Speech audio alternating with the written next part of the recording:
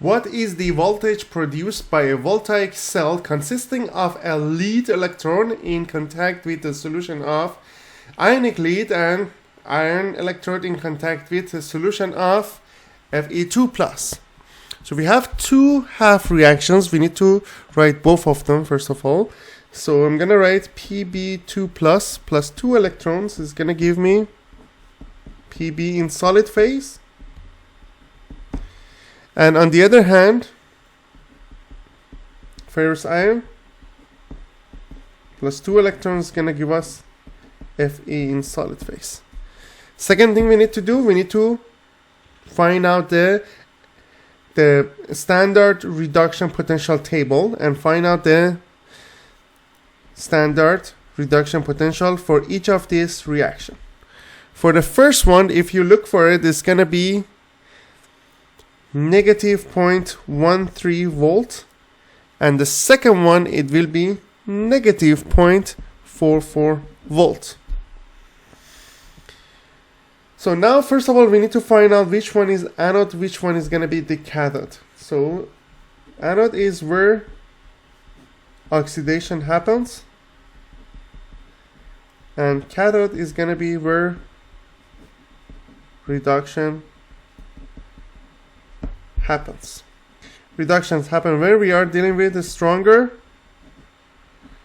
oxidizing agent.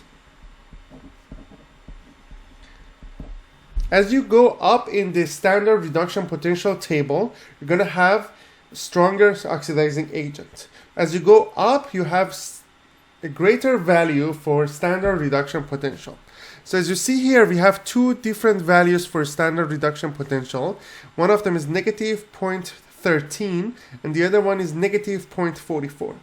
Negative 0.13 is greater than negative 0.44. It means that this is going to be above this one and has a stronger potential oxidizing agent comparing to this one. So this one, lead, is going to oxidize iron.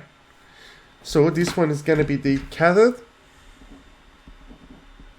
This one is going to be the anode.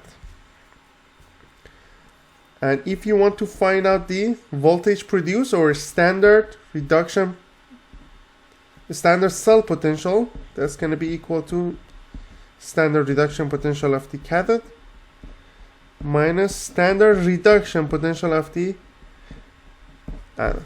Standard reduction potential, cathode is here, negative 0.13 minus negative 0.44. That's going to be 0.44 minus 0.13. It's going to be 0.31 volts. That's the voltage produced, or that's going to be the standard cell potential.